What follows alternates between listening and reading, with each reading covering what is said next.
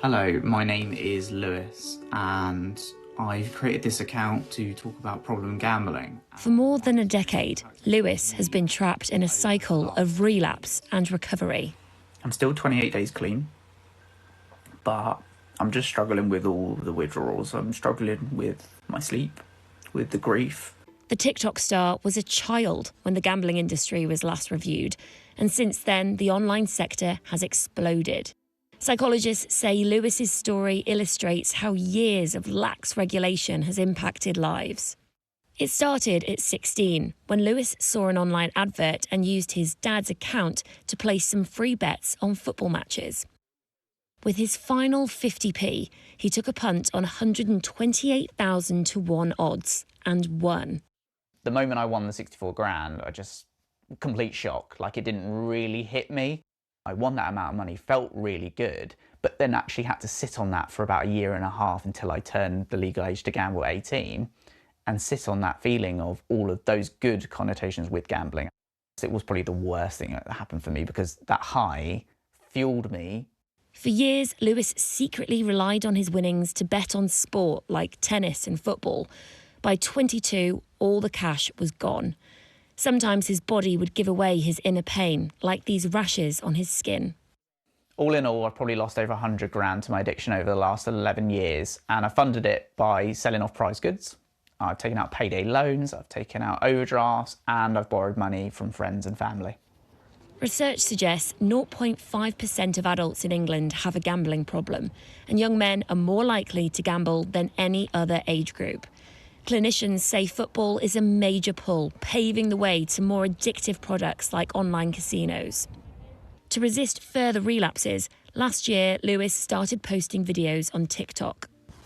As someone who's currently struggling with gambling and who has struggled with it for the last 10 or so years, the biggest thing for me is how alone it can make you feel. The account's an ongoing personal battle, a mix of perseverance and pain. The wages I've got in this job, I've already lost them. And it's not even like 5 days into getting the amount that I needed.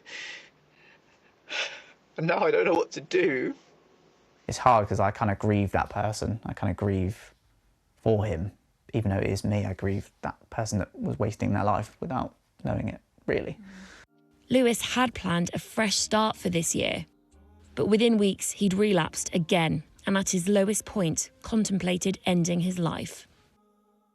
When I have really high anxiety and depression, it's when I normally will turn to gambling as a way to kind of supplement and make me feel better about things, you know, give me that high and make me forget about all my other mental health problems. But in doing so, I make it a lot worse. I'd reached a point where relapsing recovery felt like such a long and arduous journey to do and a process to do that I was almost very tired of doing it anymore.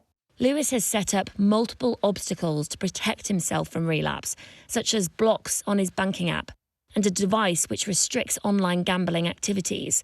But if he wants to, he can outsmart them. Who or what do you blame for your gambling addiction? I blame myself for this gambling addiction. However ill and sick I've been from this addiction, I'm the one that's pressed the betting button. I've deposited that money. It's on me to do it. There's not been enough of investment in, like, you know, the mental health services to help people with gambling addiction, which could have included me at points when maybe I would have felt like I wanted to reach out, but not felt like there was enough resources to help me with it. A big hope for the government's long-awaited review is for a mandatory levy to fund research, education and treatment, which the Betting and Gaming Council says it supports, providing smaller physical stores are protected. Currently, Lewis receives some counselling over the phone, but sessions are limited and temptation is everywhere. His favourite sports, his phone, his high street. We've got 4 bookies in about a 300 feet radius. We've got bookies behind me here, got one over here, and got 2 right in front of me. You've been clean for 50 days now. How do you feel about the future?